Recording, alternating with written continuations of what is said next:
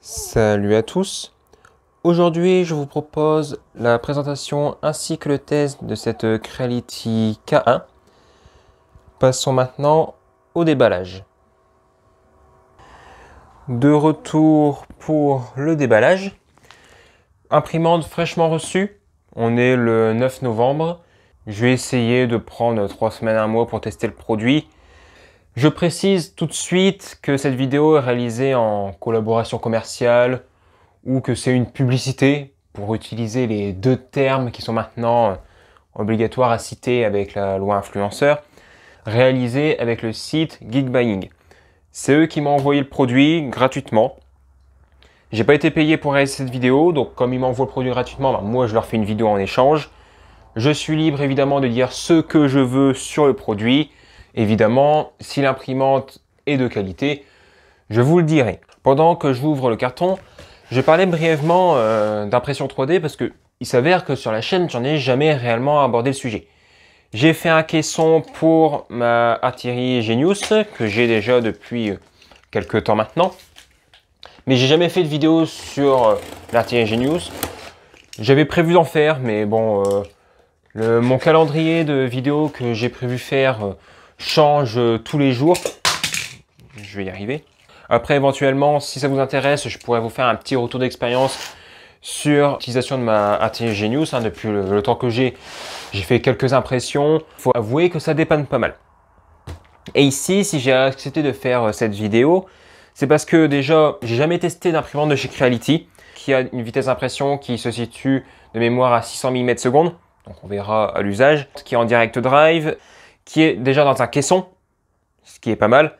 Et il semblerait visiblement que pour la mise en route, il nous suffirait de la déballer, de connecter l'écran, de ce que j'ai pu voir vite fait sur le descriptif du site de Geekbuying, connecter l'écran, retirer quelques scotch mousse à l'intérieur de l'imprimante et on est parti. J'ai pas encore regardé évidemment de vidéos sur YouTube pour éviter de me spoiler sur l'imprimante. L'objectif ici est de tester l'imprimante en tant que débutant en impression 3D et voir un peu ce que ça donne et voir un peu mon ressenti. On déballe le carton. Pour l'instant, c'est plutôt bien protégé. Qu'est-ce qu'on a ici? Donc, on a la notice d'utilisation de la K1 avec quelques autocollants. On a ici dans un film plastique ce qui ressemble à un couvercle. Après, là, on a de la mousse. Bon, comme d'habitude, c'est toujours très bien emballé. Et là, maintenant, de toute façon, il faut sortir le bébé. Alors, je vais éviter de faire de l'ombre, donc je vais mettre de ce côté-ci. Bébé qui est plutôt simple à sortir, qui pèse son poids sans être véritablement trop lourd non plus. Après, qu'est-ce qui reste d'autre dans le carton? Alors, on n'a plus rien d'autre dans le carton, donc c'est-à-dire que tous les autres accessoires sont dans l'imprimante. On retire l'emballage plastique. On retire ici la première petite mousse. Est-ce qu'on va la retirer comme ça? À mon avis, non. Il va peut-être falloir retirer d'autres mousses. On peut sûrement ouvrir la porte pour retirer. Bon, déjà là, on constatera bien dans un premier temps qu'on est bien sur un direct drive parce que même si on a un tube ici, c'est uniquement pour aller au capteur de fin de filament qui est ici derrière. Là, l'extrudeur est vraiment dans la tête. Ce qui permet également d'imprimer des filaments flexibles. Ici, on semble avoir un petit cache. Bah oui, effectivement, on a le câble d'alimentation, prise standard. On a quelques visseries, on a un petit capuchon. Donc c'est pas un capuchon, c'est tout simplement la poignée de la porte qui est juste là. Et on n'a plus rien d'autre à l'intérieur. Continue le déballage.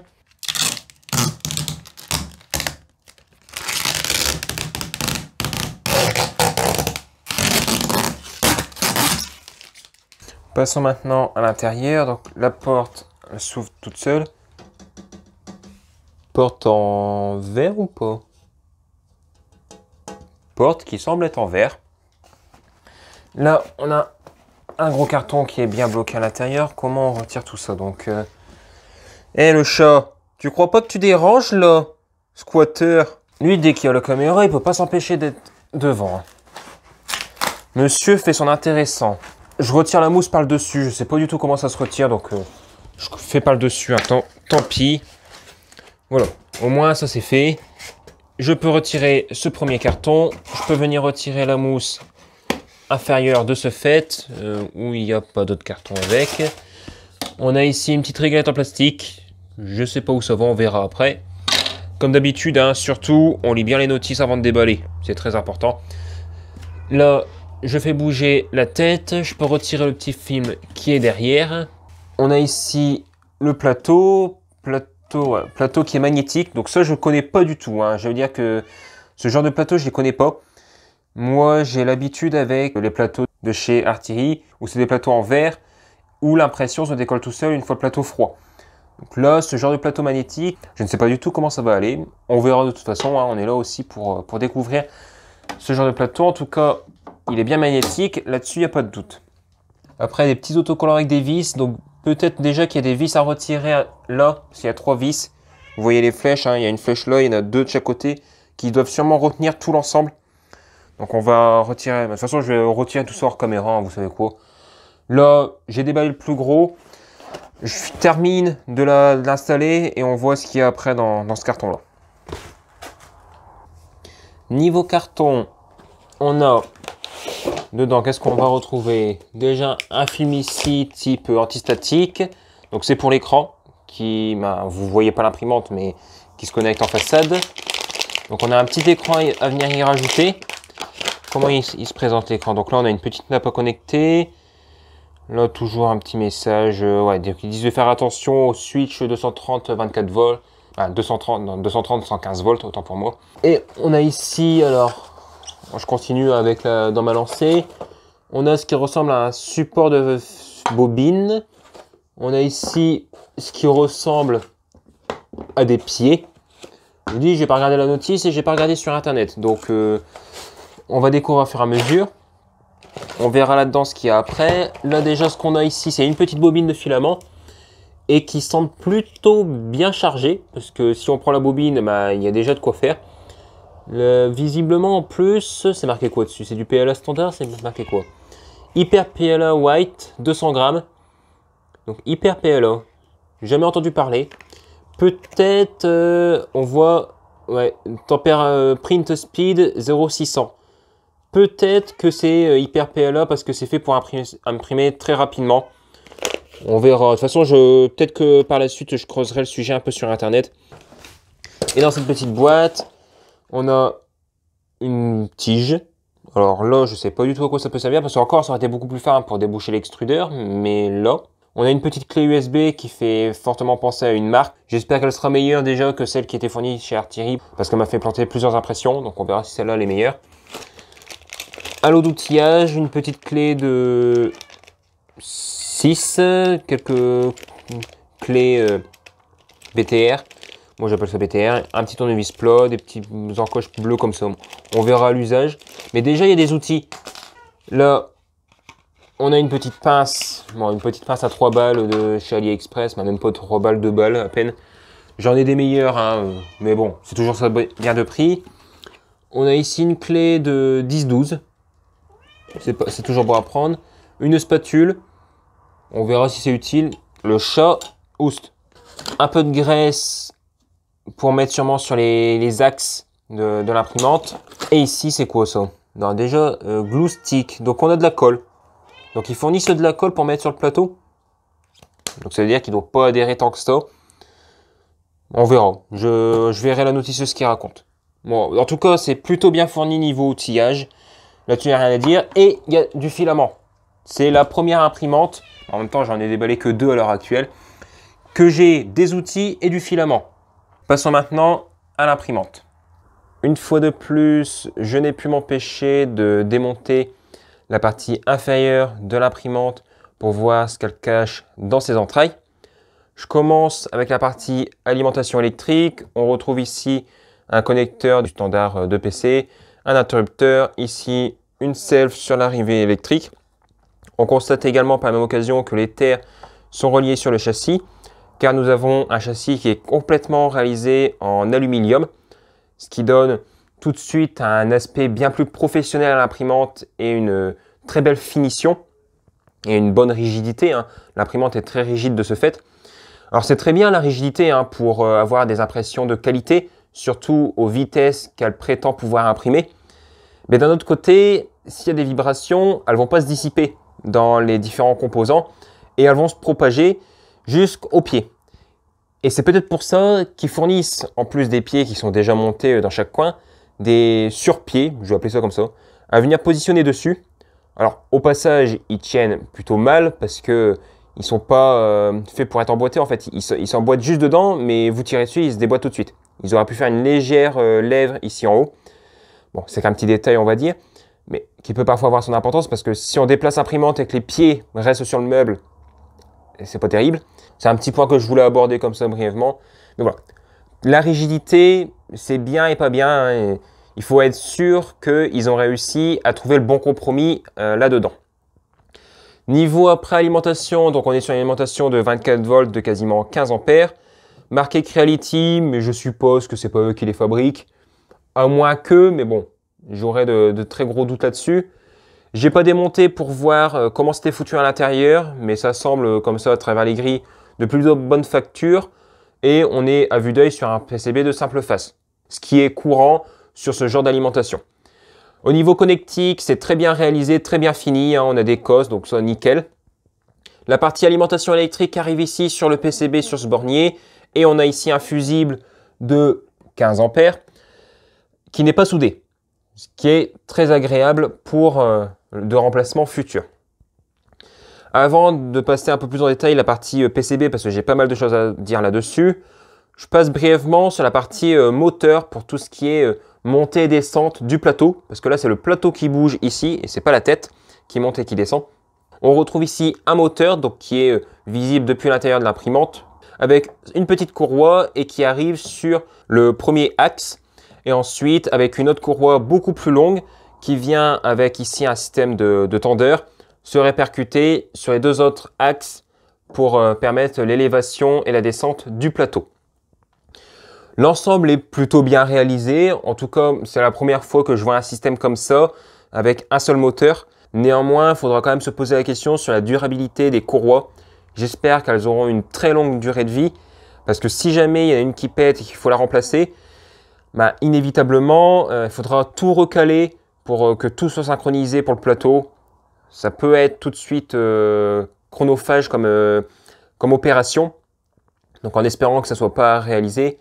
Après, niveau saut de courroie, c'est des moteurs qui vont tourner très lentement. Donc là-dessus, il n'y a pas de risque que la courroie saute un cran. Et surtout qu'on a un bon recouvrement de la poulie. Je vais appeler ça comme ça une poulie, même si c'est peut-être pas le bon terme. Entre courroie et poulie, on a un bon recouvrement. Donc je pense qu'il n'y aura pas de problème sur cette partie-là.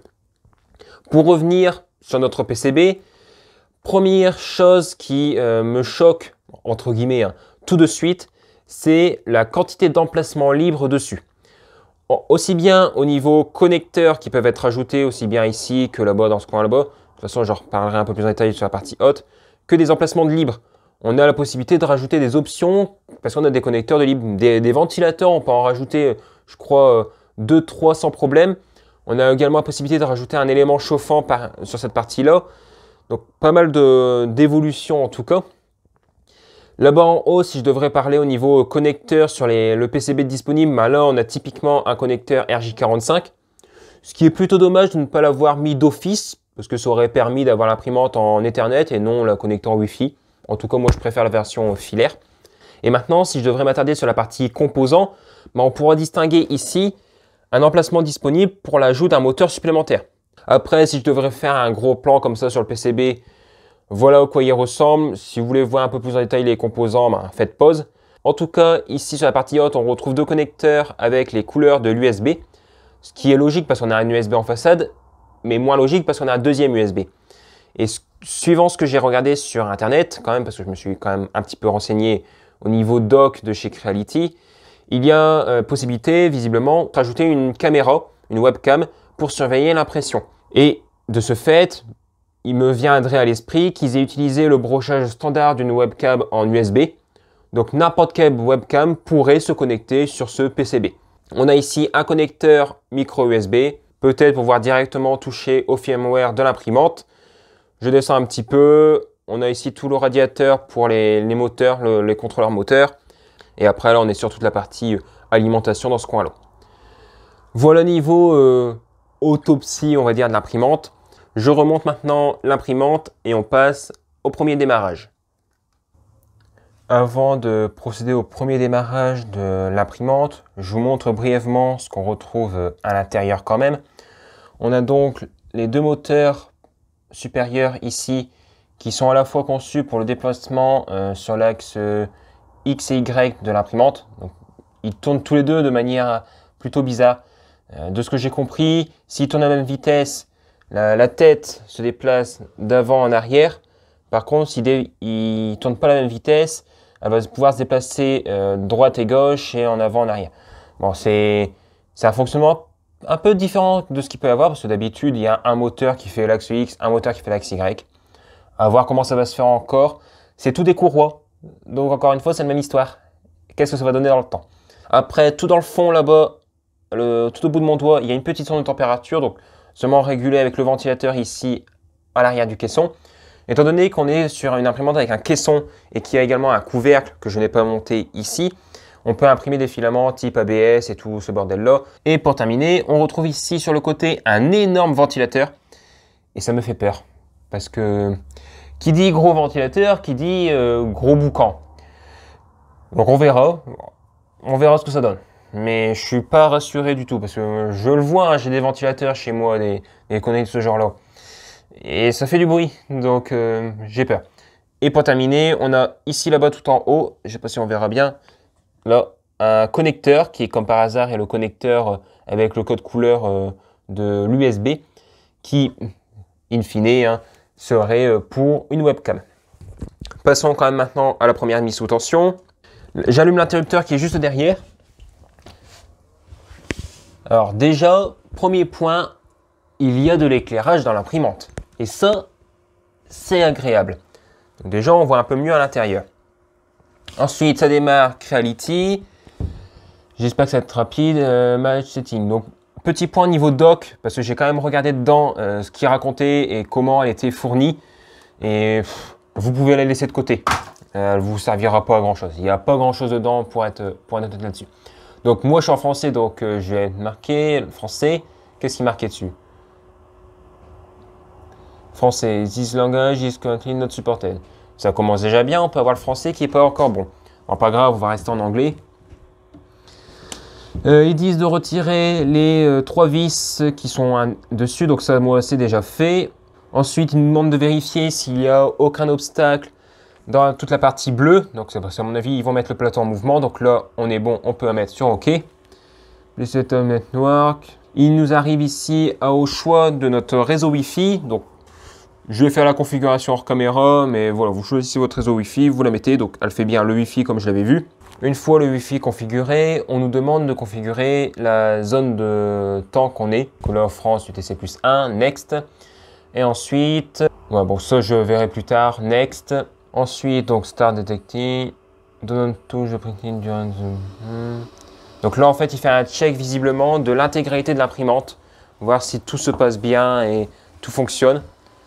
Donc il teste les différentes fonctions, test de chauffe des différents composants. Après il va tester les différents ventilateurs. Et après il va faire l'auto-leveling tout à la fin. Bon, je vous mets ça en accéléré hein, et on se retrouve s'il y a des moments importants.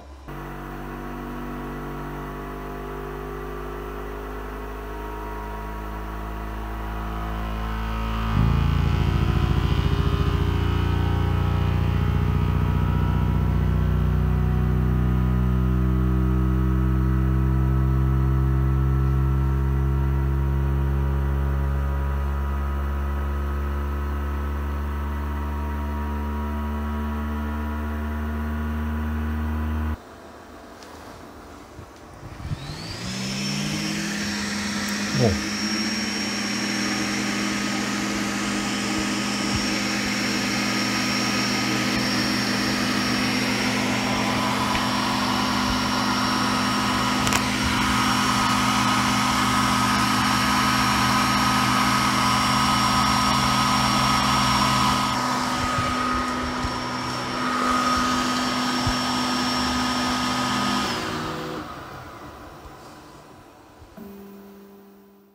Le test de l'imprimante est maintenant terminé. Alors, niveau durée, entre la première mise sous tension et l'arrêt complet de toute la partie configuration, il faut bien prévoir 20 à 25 minutes. Hein. Là, moi, ça fait, pour cette partie-là, ça fait 15 minutes, voire même 16 minutes que la vidéo elle tourne. Mais j'ai déjà tourné d'autres séquences avant, donc ouais, il faut prévoir 20-25 minutes pour toute la première check, la première mise sous tension. Là, je vous remonte vite fait ce que indique l'écran maintenant. Self-test completed. Et ensuite, un petit graphique. Donc déjà, on a un écran type un peu LCD tactile. Avec température de la buse, température du lit. On a là, donc là, c'est l'arrivée. Là, pour l'éclairage. Ça, c'est les ventilateurs. Alors, ici, on a les différentes impressions déjà dans l'imprimante.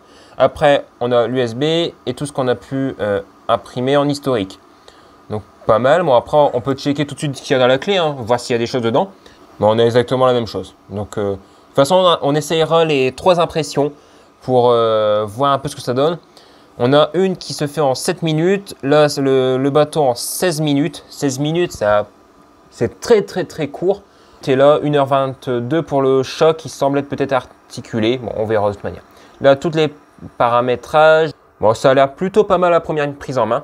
Je vais mettre le filament, démarrer une première impression, vous la filmer. Tiens, je vais carrément vous la filmer.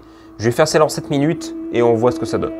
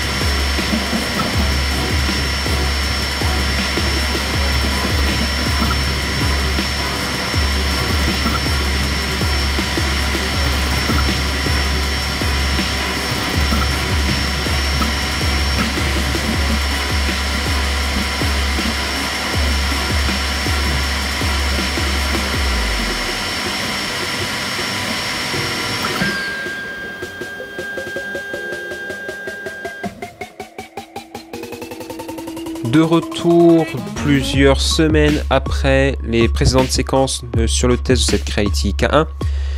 Là, on est même 1 mois et demi plus tard. Donc, je l'ai pas mal testé. Je suis pas mal aussi en retard sur la vidéo, je vous avouerai. Trop procrastiner, c'est pas bon. Tout de suite, je voulais revenir sur certaines informations concernant l'imprimante avant de brièvement voir aussi quelques points négatifs et positifs que j'ai pu constater durant les quelques impressions. Déjà, dans un premier temps, je voulais revenir sur le plateau. Le plateau, il faut mettre de la colle, donc il donne de la colle en stick dessus. Là, j'ai même pas encore nettoyé la colle que j'ai mis pour de précédentes impressions. Et visiblement, la colle sert à retirer de l'adhérence au plateau. Je suis pas expert. Moi, je me suis juste un petit peu renseigné entre deux sur Internet en regardant d'autres vidéos d'autres personnes.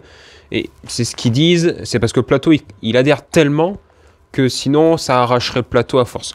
Je me mâche déjà un peu le travail pour tout à l'heure, mais je suis pas super fan de ce genre de plateau. Moi, je trouve que le plateau de ma Genius, plateau en verre avec une surface adhésive, là, et que lorsque le plateau refroidit, que ça se décolle tout seul, je trouve ça incroyable. De passer à un plateau comme ça où tu n'as rien au niveau entretien et tout ce que tu veux, à un plateau comme ça où il faut venir mettre de la colle, tout de suite, voilà, je trouve que je régresse en fait. Même si l'imprimante elle est excellente, je régresse là-dessus.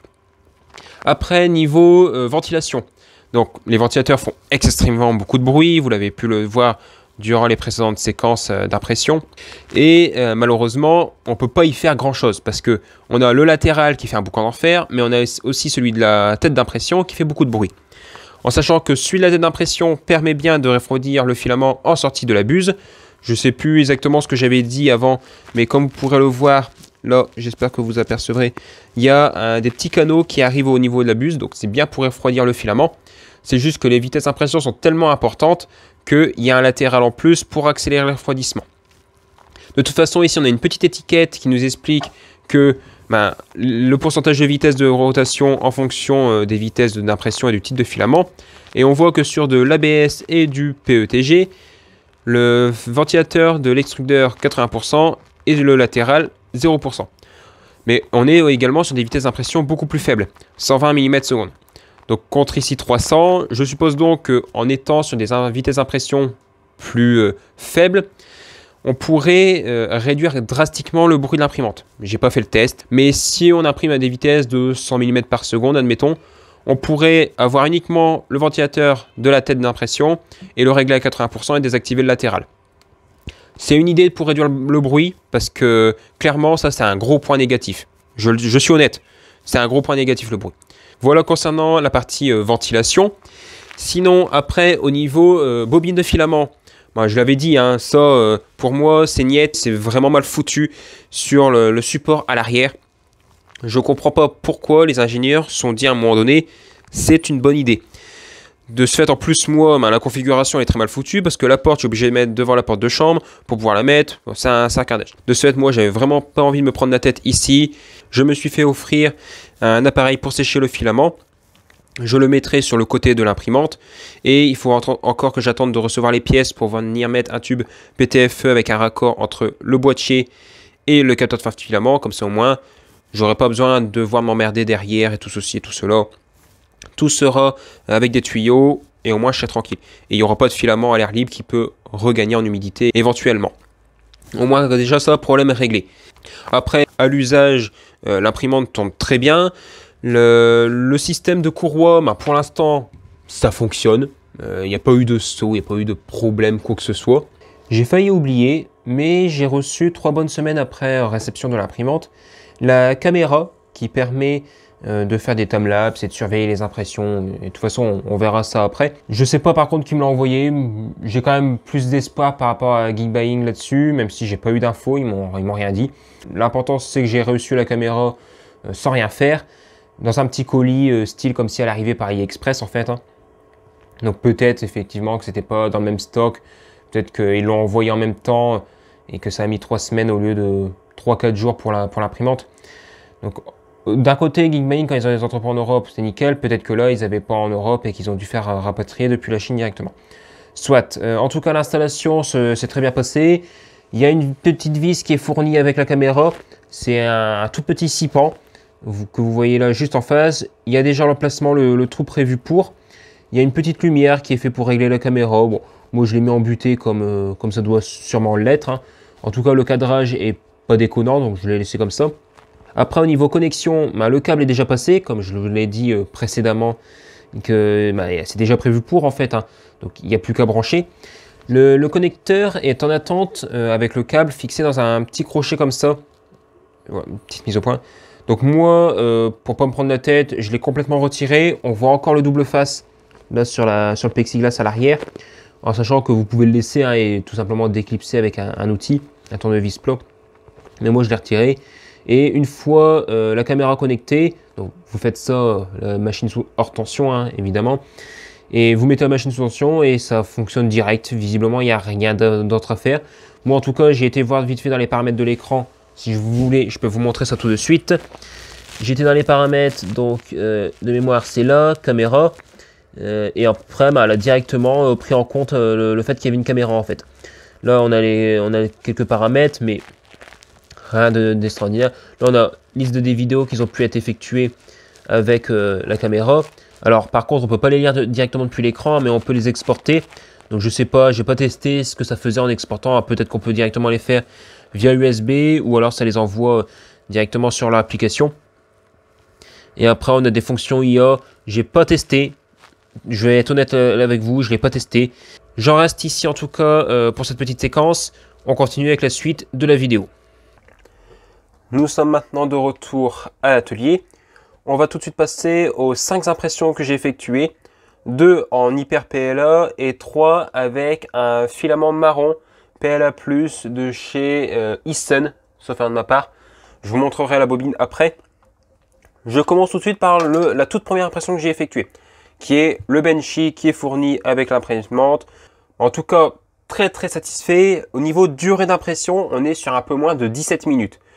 Mais en tout cas, c'est très propre. En même temps, c'est un fichier qui est optimisé par la marque, hein, donc il faut s'attendre à du propre. Les seuls points que je pourrais souligner, c'est dès qu'il y a du vide, où là, ça imprime vite, donc le filament n'a pas le temps de refroidir assez et il chute légèrement. On aura ça ici avec les portes de chaque côté. On l'a également légèrement ici avec le sort d'hublot à l'arrière. On l'a pas ici au niveau de la fenêtre. On voit légèrement quand même que le filament il cintre, mais on voit que c'est pas carré. Mais voilà, sinon ça reste très propre. On a également le phénomène dans chaque coin, presque dans chaque coin, pas forcément partout, mais on l'a quasiment partout. Globalement, sinon après la qualité est très belle. Voilà, j'ai rien à dire. L'intérieur, ici, quand c'est complètement dans le vide, je sais pas si vous allez bien voir la caméra, mais c'est pas collé. On voit bien que il y a la première couche, les filaments ils pendent. Ils sont pas soudés entre eux. La vitesse qui fait aussi, hein, bien entendu.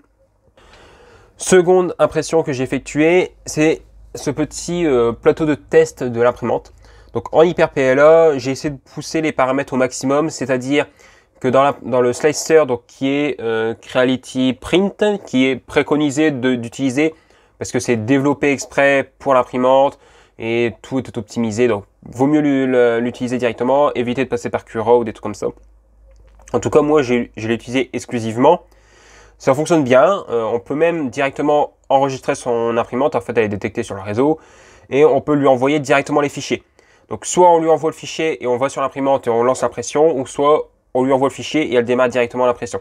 Mais là, en tout cas, 3D Printing Test, le résultat est plutôt bluffant. J'ai boosté les paramètres, mais dès qu'on est dans le vide, dès qu'il y a des endroits où l'imprimante, le slicer, en fait, il sait que c'est un endroit compliqué et qu'il n'y a pas de support, il ralentit la vitesse à mort. Les ponts qui sont faits dans le vide, ils se sont faits à 9 mm seconde, un truc comme ça. Alors que le reste, ça allait à des 200-300 mm seconde. Le slicer ajuste les vitesses suivant les difficultés, ce qui est pas plus mal dans l'ensemble, hein. Après, bon, ça biaise un peu le test, hein, parce que le but c'était de tester à haute vitesse. Donc là, elle n'a pas fait la haute vitesse partout. Ceci dit, elle a imprimé très vite les toutes premières couches et on voit quelques défauts. Concernant les surfaces planes, ici, il y a un problème d'extrusion où le filament, soit il adhère mal au tout début quand la buse démarre, et de ce fait, ça fait des trous. Niveau écriture, bon, on les distingue quand même, c'est pas parfait, hein. Il y aurait à redire également là-dessus. Et ici, là, c'est les angles. Et là, les angles, elles s'en sortent très bien. Parce que même ici, là, cet angle-là, donc on est à 60-75 degrés, c'est propre. Évidemment, elle n'a pas imprimé à vitesse incroyable, hein. Elle a ralenti parce qu'il y a sûrement un paramètre à toucher quelque part pour pas qu'elle adapte sa vitesse en fonction de la complexité de l'impression. Mais elle a adapté sa vitesse et ça reste propre. Donc même sans être ultra connaisseur sur l'impression 3D, on lui rentre une vitesse à la con. Le slicer est plutôt bien foutu aussi là-dessus. Bon, par contre, dans les angles là qu'on atteint 80 degrés, bon, clairement, c'est pas la même histoire, hein. Et là, elle a un peu plus de mal. On voit que l'angle n'est pas carré, mais plutôt arrondi. Et le filament, il descend quand même pas mal. Ensuite, j'ai changé de filament. Et là, je suis passé sur le filament marron de chez Easton, de mémoire. Donc, c'est un PLA+, tout ce qui est plus standard, qui n'est pas fait pour les hautes vitesses. Et je l'ai testé dans 3 conditions. Une première condition, c'est un support pour téléphone. Donc, imprimé comme ça à la verticale.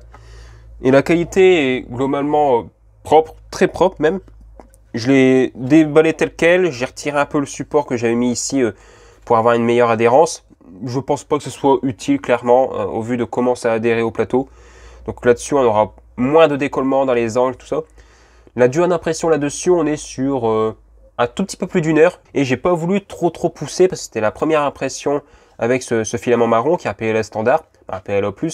Donc je voulais pas trop pousser pour éviter d'avoir un truc loupé. Et je pense que je pourrais aller beaucoup plus vite au niveau vitesse d'impression, parce que par rapport à ce que j'ai imprimé après, il y a de quoi booster. Même si ils préconisent pas des vitesses aussi importantes sur le filament, parce que je crois qu'ils préconisent maximum 100 mm/s, on pourrait aller facilement à 200 mm/s et le filament il supporterait. Ensuite, j'ai fait le test, donc ils appellent ça sur l'imprimante le 600 speed ou 600S test, un truc comme ça. Et en fait, c'est ce truc-là, c'est cette forme-là qui est imprimée, mais à très très haute vitesse. Je vous mettrai encore une fois des extraits que j'ai pu filmer. C'est hallucinant la vitesse. Et je me suis dit, allez, banco, rien à cirer, et j'imprime ça avec le filament marron. On va voir un peu ce qu'il a dans le ventre. Et puis au pire, si ça foire, c'est pas grave, je le ferai avec le HyperPL. Et ben, c'est incroyable. Clairement, là, c'est une seule couche de plastique qui se déplace, et la tête à chaque fois elle se déplace. Et elle met qu'une seule couche de plastique et à chaque fois elle monte d'un étage. Donc ça met 7 minutes à s'imprimer. 7 minutes, c'est excessivement rapide dû au fait qu'il n'y a qu'une seule couche. Et je vous laisse admirer la qualité, si le focus il veut bien fonctionner, la qualité d'impression. Alors là, on voit également encore une fois des reflets avec les couches. Mais si on regarde de face, on voit rien. Et là, la qualité, le focus, t'es bien capricieux toi aujourd'hui. Mais la qualité, le filament est mat. Par contre, je ne sais pas pourquoi il est devenu mat. J'ai déjà entendu parler de ce phénomène-là, mais j'ai pas réussi à le retrouver sur Internet. Parce qu'en temps normal, imprimé de manière tout ce qui est plus standard, le filament est un peu brillant. Alors que là, il est complètement mat. Honnêtement, très très propre. Je ne m'attendais pas à un résultat comme ça avec ce type de filament, surtout à ces vitesses-là. Et je terminerai par un vase, donc imprimé en mode vase. Je sais pas si j'ai coché un mode particulier, j'ai regardé un petit peu dans les paramètres. Et en tout cas, ce qui est sûr, c'est qu'il n'y a qu'une seule couche de filament à chaque fois. Donc ce qui rend l'impression un peu flexible. On pourra constater bien dessus que le filament est bien brillant. Donc là, à vitesse d'impression standard. Au niveau durée, je crois que ça a mis à peu près 1h30, en sachant que quand je l'avais mis dans le sizer, donc je l'avais mis 500 mm/s, une connerie comme ça dans le sizer, parce que de base il est réglé à 300. Et lorsque j'avais découpé et que je regardais donc la vitesse avec les couches, je me rendais compte que la vitesse était fortement réduite, mais un truc du genre 50 mm/s, un truc comme ça, je sais plus, ou 75 mm/s. De ce fait, j'étais sur l'écran de l'impression, non c'est même pas sur l'écran, j'étais sur le PC parce que j'ai lancé depuis le PC. Donc PC, vitesse d'impression 200%. Comme ça au moins j'étais tout de suite sur des valeurs plus cohérentes. La qualité est très très propre, l'intérieur très très propre également. La couche là-bas tout en bas, donc j'ai un petit défaut dans la confection là-bas en bas, un peu trop de filament, peut-être un problème avec les paramétrages d'extrusion, faudra que je regarde à ça. Mais sinon tout le reste très propre, lisse. Voilà pour la 5e et dernière impression que j'ai effectuée. Première couche, j'avais mis de la colle, hein, donc voilà un peu ce que ça fait. Voilà un petit peu les différentes impressions que j'ai pu faire et leurs résultats. Niveau impression, je vais en rajouter une petite dernière parce que j'en ai réimprimé une entre deux et pendant que je fais le montage, donc je vous rajoute ça vite fait entre deux. J'ai imprimé également le chat qui était fourni avec, donc comme ça au moins j'ai imprimé tous les modèles qui étaient dans l'imprimante. Bon après c'est pas du jeu, hein, je suis d'accord, c'est des modèles qui sont optimisés pour l'imprimante. Ils peuvent pas se planter. Ou s'ils se plantent sur ces modèles-là, c'est vraiment qu'ils ont merdé quelque part. Au niveau résultat, ça sort tel quel. J'ai décollé du plateau et c'est déjà opérationnel. Donc là-dessus, on voit que l'imprimante est quand même bien réglée. Le fichier est aussi sûrement bien optimisé. État global de la qualité d'impression. Bon, on a un petit peu de trucs à la con comme ça qui traînent à droite et à gauche. C'est même au niveau première couche. Alors je pense que c'est mon filament qui a un problème. Mais voilà, j'ai des petits trucs bizarres. C'est pas parfait. C'est peut-être mon filament qui pose le problème aussi. Dans l'ensemble, c'est pas dégueu. Et l'état de surface de la dernière couche, on a l'impression que c'est une pièce moulée, hein, carrément. C'est excessivement lisse. Même les hauteurs de couche, là, c'est très bien foutu. Je vous montre comme ça. Mais voilà, c'est très très très propre. Donc encore une fois, très satisfait de la qualité d'impression de cette imprimante. Passons maintenant à la suite. Pour terminer cette vidéo, passons au point négatif et positif que j'ai noté, qui m'est passé comme ça par la tête. C'est une liste non exhaustive hein, qui sera à compléter au fur et à mesure. Peut-être que même là, durant cette séquence, je la compléterai. En tout cas, je vais les citer un peu dans le sens qui m'est venu dans la tête, hein. Il n'y a pas d'ordre de priorité, d'importance. Le seul truc qui est vraiment, pour moi, important à dire sur cette vidéo, c'est le bruit de l'imprimante. C'est vraiment le gros point négatif et c'est vraiment le truc qui ressort, selon moi en tout cas. De toute façon, je ne vais pas passer 10 000 ans là-dessus parce que je les ai déjà dit tout à l'heure. Donc, je l'ai dit, bruit des ventilateurs, plateau. Par rapport à ma précédente imprimante, j'ai l'impression de régresser. Et ensuite, on va voir le support de bobine de filament qui est à l'arrière. Je ne sais pas ce que ont foutu les ingénieurs concrètement.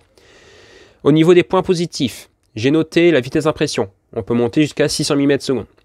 Point positif suivant, ça va être la qualité d'impression.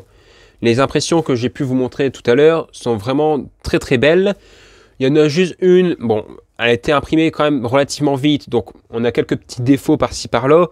Peut-être un petit réglage à faire ou tout simplement baisser la vitesse. Mais sinon, quand on est sur du fichier, bon ça c'est du fichier optimisé par la marque, hein, mais c'est très très propre, ça sort tel quel dans l'imprimante, donc c'est pas mal. Et même sur du fichier fait maison, comme ici ce vase, bah, c'est vraiment exactement très très propre également. On va avoir ensuite la qualité de fabrication de l'imprimante. Je trouve qu'elle est très très bien réalisée. Au niveau électronique, c'est propre, rien à redire. Tout un châssis en aluminium, avec une vitre avant en verre. Ils auraient pu mettre un truc en plastique, hein, mais non, ils ont choisi le verre. Donc dans l'ensemble, très belle conception. J'ai rien à redire là-dessus. Le seul truc que je repense là et que j'aurais dû mettre dans les points négatifs, c'est au niveau courroie. Il y en a vraiment beaucoup et ça me chagrine. À voir dans le temps également. Pour continuer au niveau qualité de fabrication, je passe brièvement sur l'écran. Il me paraît important de le mettre à part parce qu'il est vraiment très très bien foutu, tactile.